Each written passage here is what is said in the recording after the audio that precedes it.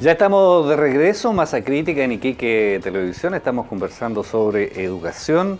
Hemos tocado varios temas, un poco en forma desordenada, pero yo creo que de todas maneras es importante conocer cierto planteamiento de nuestros panelistas hoy día y también, Omar, visualizar un poco algunos aspectos que se han tocado acá respecto de hasta dónde se profundiza, ¿cierto?, hasta dónde hay cambios que pueda esperar, digamos, ¿cierto?, la familia de nuestro país respecto de este tema de la educación, y hasta dónde también estamos al debe, digamos. Hay aspectos que no se han tocado, que no se han mencionado, y también hay aspectos estructurales, digamos, de nuestra sociedad que tienen que ver con otras cosas también, no solamente con educación, que tampoco se han tocado. Aquí estamos volviendo casi al comienzo del programa, en el sentido de que cuál es el rol de la educación en una sociedad.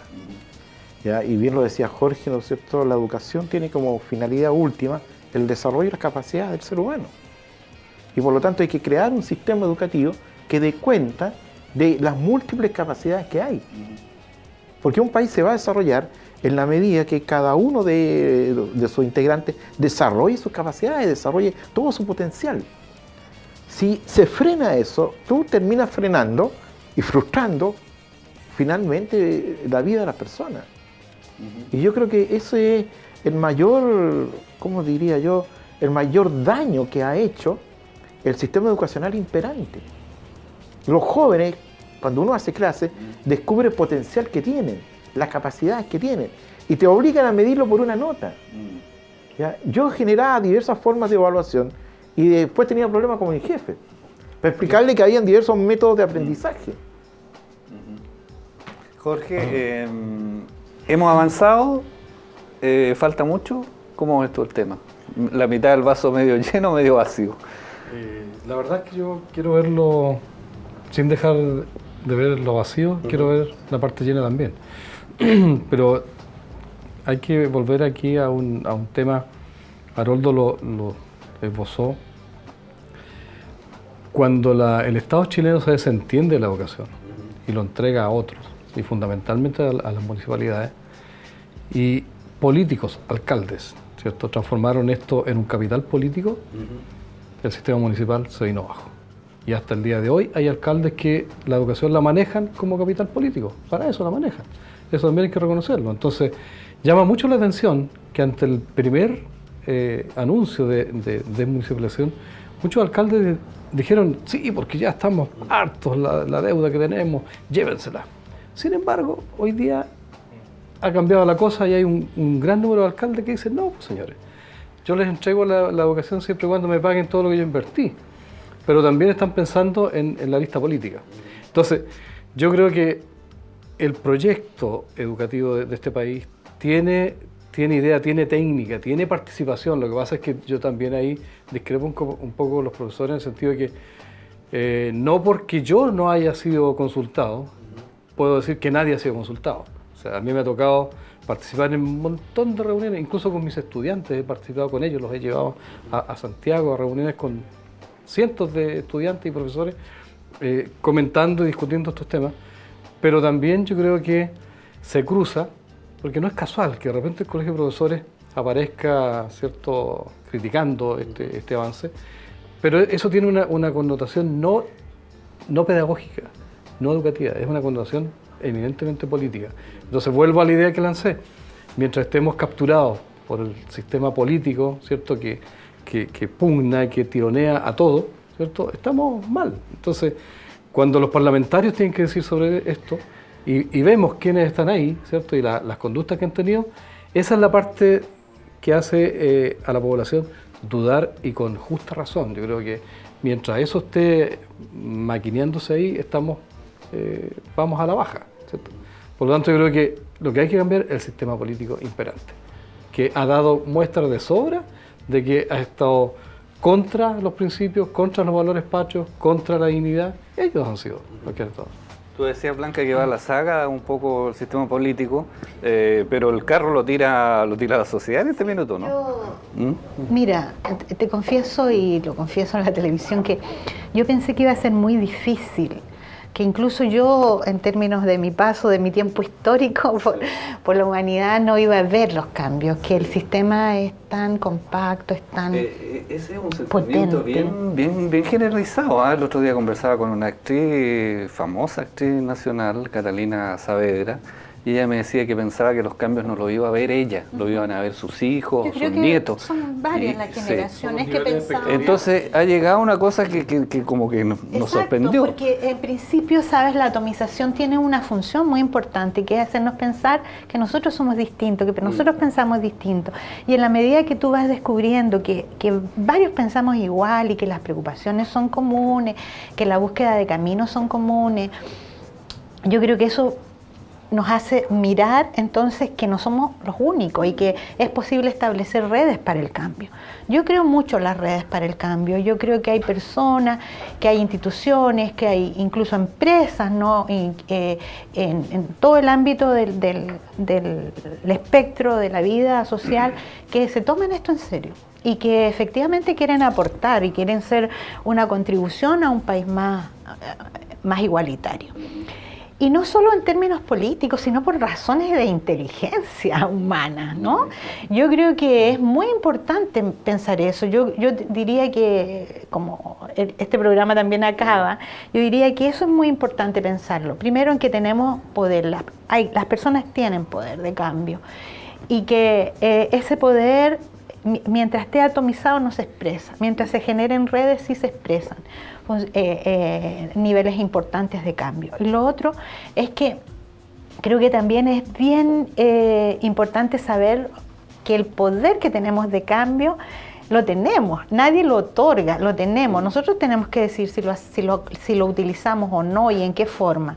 Yo creo que siempre, nunca los cambios en este país, ni en educación ni en ninguna otra área, se produjeron porque el eje superior del vértice del poder dijo, hoy, pero hoy día amanecí tan motivado y vamos a hacer puras decisiones, te fijas, positivas para la gente, más igualitaria, etc. No, siempre han sido producto de procesos de mucha acumulación, ¿no es cierto?, de conciencia. Y yo entiendo así la educación. Yo no entiendo la educación que no sea otra manera de hacernos pensar. Yo creo que la educación no es lo que pensamos en el país y lo que piensan muchos padres, que es invertir en el niño o en la niñita para que después vaya a tener un puesto de trabajo. Es mucho más que eso. Es hacer, y para que devuelva la inversión que normalmente no se devuelve. Y otra frustración se le agrega. Claro. Invertir para después recuperar la inversión. Claro, entonces, y toda la orientación de nuestros jóvenes iban para ahí. Mira, yo cuando hice clases en educación, en la Facultad de Educación que voy, a mí me daba tanto gusto, vienen por oleadas, ¿no? Vienen, a veces las matrículas son bajas y son bastante más altas en ingeniería, no sé qué. Y de repente venía una oleada de jóvenes que sabían lo que querían y que veían en la educación una posibilidad real para desarrollarse personal y profesionalmente y aportar al país. Y eso es tan importante, y es tan importante en todas las profesiones, ¿te fijas? Darle sentido a lo que hacemos, darle conciencia a la acción. Y también sabes que es bien importante, sobre todo para los profesores, creo que hay que darle trascendencia y sentido a la acción educativa. Ellos tienen que sentir, pensar, y tenemos que valorar también que lo que ellos están haciendo es fundamental en la vida de las personas, en la vida de los niños. Tiene que ver con la mirada del mundo, ¿te fijas? Entonces es muy importante el trabajo que hace un profesor. Los niños lo están mirando, ¿no? Desde cómo se viste, cómo habla, de cómo lo trata, del tipo de relación que establece. Entonces yo creo que ahí hay cambios importantes que hacer en la relación cara a cara, ¿no? Entre todos los actores del sistema. Arvaldo. Mira, yo siempre estaba en contra de una perversidad muy fuerte, ¿no?, que ha habido en la historia de nuestro país, ¿no?, luego de instalada la dictadura. Que esto de que la educación no sea un derecho, sino que sea un servicio, que se vende como el agua, la luz, que por lo tanto se paga, ¿no? Si alguien quiere tener, por ejemplo, un buen servicio, tiene que tener más plata, obviamente. Y los resultados están a la vista, o sea, eso ha fracasado, ¿no? La educación debe ser gratuita, como una cuestión de principio, ¿no? Aunque hay algunos que puedan pagarla. Eso como que costó instalar esa... igual a la sociedad, mira, punto, ¿no? por lo menos lo siguiente, mira, lo que decía recién Blanca, ¿no? Y Jorge también. La idea de que, bueno, el niño se educa, sigue la secundaria, llega a la universidad y después sale a cobrar lo gastado. Entonces, dime, alguien que se formó, por ejemplo, en medicina, ¿qué interés va a tener, digamos, alguien que se formó en eso? Yo ahora todo lo que gasté lo voy a recuperar. Por ejemplo, en ser un médico como era nuestro querido doctor Rein o Márquez, ¿no? Eso que atendían gratis a los pobres, qué sé yo, ¿no? Eso que existía antes, ¿no? Y que existe en muchos países del mundo, ¿no? Eso de darse a la sociedad. O sea, si yo pago, después yo cobro, ¿no? Eso es lo que se instaló aquí como cultura educacional general. Sin embargo, yo pienso que sigo teniendo esperanza que eso un día va a cambiar. Y también creo que desde el lugar en que estemos nosotros, tenemos que tratar de mejorar lo que hay, tratar de mejorar lo que tenemos, ¿no? Por ejemplo, yo presenté un proyecto sobre rendimiento escolar una vez a una cierta administración dirigida por una alcaldesa, ¿no? Hicimos un trabajo en la universidad, ¿no? Se lo llevamos, bueno, ella ni siquiera nos atendió. Pero afortunadamente ahora estamos aplicándolo con muchas dificultades, pero se está aplicando un proyecto, ¿no? Que tiene que ver con los ayudantes de aula, con la introducción de una motivación que se llama teleclase, bueno, y varias variables educacionales más, ¿no? Se trata de hacer lo que se puede dentro de lo que hay, ¿no? Hasta que llegue el momento en que todo vuelva a como tiene que ser a escala planetaria, digamos, en los países democráticos, que la educación es gratuita. Por lo menos la escolar es enteramente gratuita en todo el mundo, ¿no? Sin embargo, ahora tenemos solamente un 30% de educación gratuita.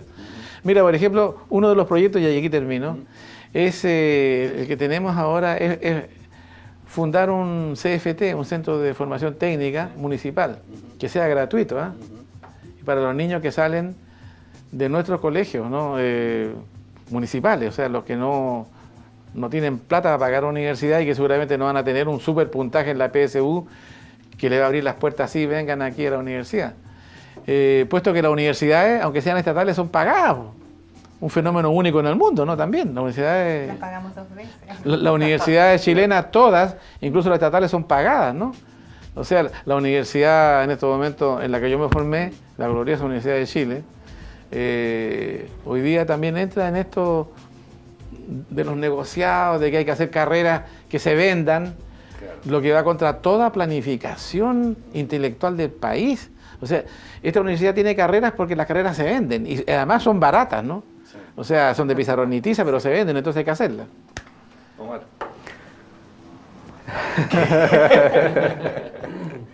Vaya tema este.